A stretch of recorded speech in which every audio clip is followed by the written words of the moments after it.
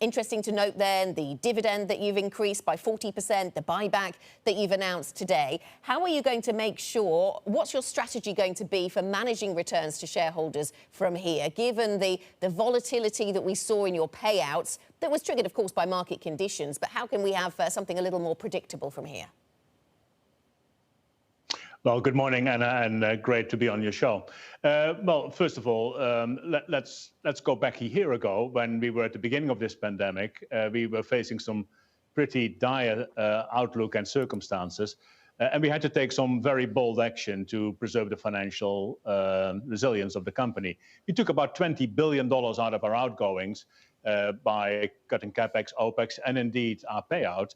But if you now look back on that year, we have been incredibly successful in preserving and even strengthening the financial resilience. We reduced debt, $12 billion. We've been incredibly resilient with our people, assets, supply chains, etc. So I think we are now at a stage that not only have we reached the milestone that we set for ourselves, the $65 billion, but we are very clearly looking with confidence about what's next.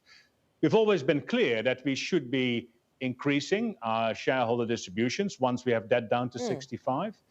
And if you look at the cash flows that we have, if you look at the actual dividend payout that we were having, I thought it was appropriate to make sure that not only do we step up with buyback, say, but we also signal the confidence by stepping up the permanent portion of our payouts, namely the dividend. So that's why it's a mix of a reset in the dividend and a buyback.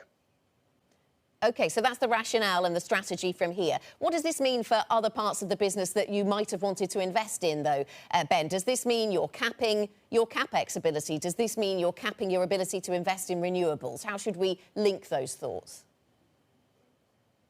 No, I don't think that is the case at this stage, Anna. But we've been very clear with our capital framework that we've laid out that this is a stepwise approach. So we're now in the third step, which is stepping up the distributions to shareholders. We keep the capex to where it is. We said no more than $22 billion for this year. But there will come a moment, of course, that we step up our capex to again accelerate our strategy further. Now, in terms of where does the money go, very clearly already last year we have preserved the money that we will put into our future of energy business, including our renewables business. And we've said if there is going to be a step up in capex, more than half of it will go to the growth businesses.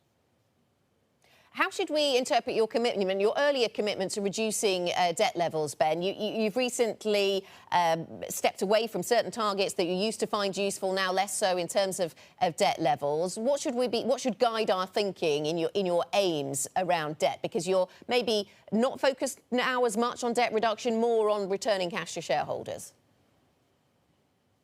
No, it will be an optimization game, Anna, and where we have previously said we will go to $65 billion net debt, and that was an easy proxy for people to understand until what point we will be focusing solely on debt reduction.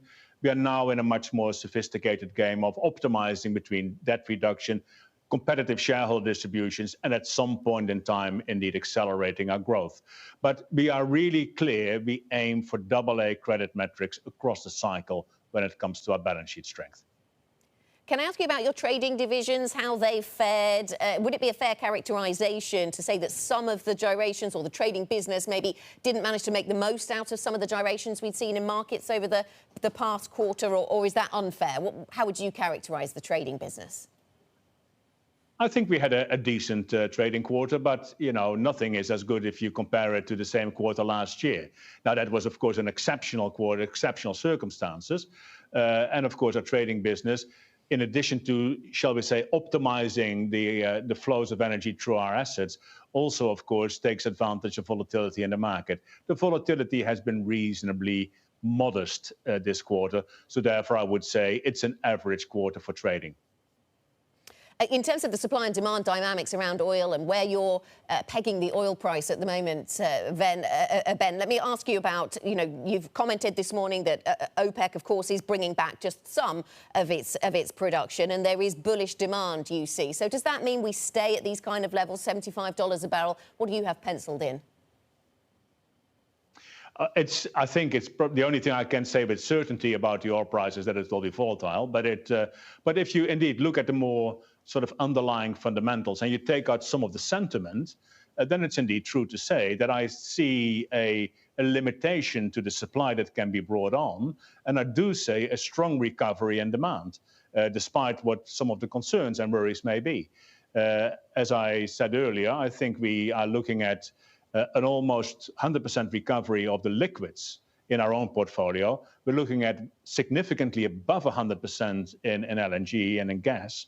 So yeah, I do see that there will be a relatively tight market for a few quarters to come.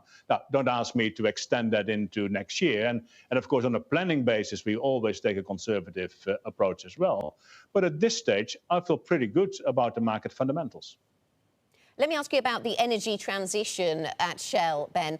You've recently, of course, suffered from a negative court ruling in The Hague. You're appealing against that. This was trying to push you towards absolute emissions reductions of 45% by the end of the decade. At the same time, of course, you have your own plans around the transition. You're accelerating that energy transition strategy.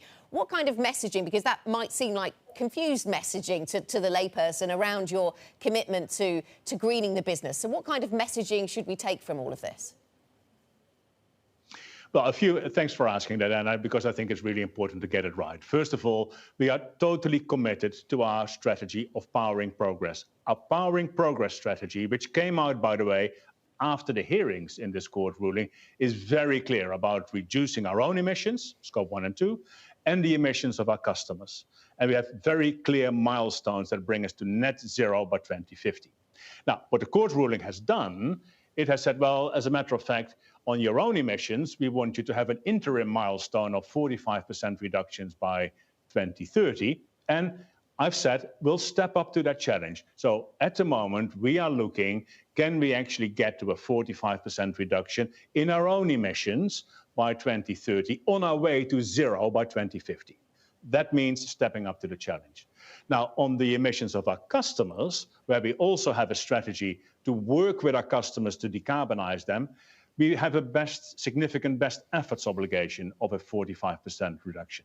Now, my message there is that is probably twice as much as the most significant and most aggressive targets set by the most aggressive continent in the world, which is Europe. So is that reasonable? And actually, is it effective to just ask one company to focus on reducing the emissions of customers? And that's the area where we clearly appeal. So yes, we'll step up to the challenge. Yes, we will work on reducing the emissions of our customers, but we believe the absolute ask is not effective.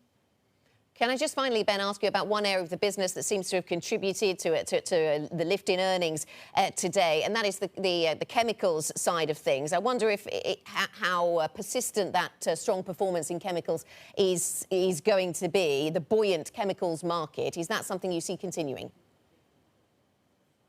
Well, I hope so, but I think at the same time we have to hedge our bets a little bit there. I think we did already see the chemicals business go into a sort of a traditional cycle decline from mid-2019 onwards. If you would ask me, I find it somewhat surprising to see it recovering so much, given that we have quite a bit of new capacity and new segments coming on stream.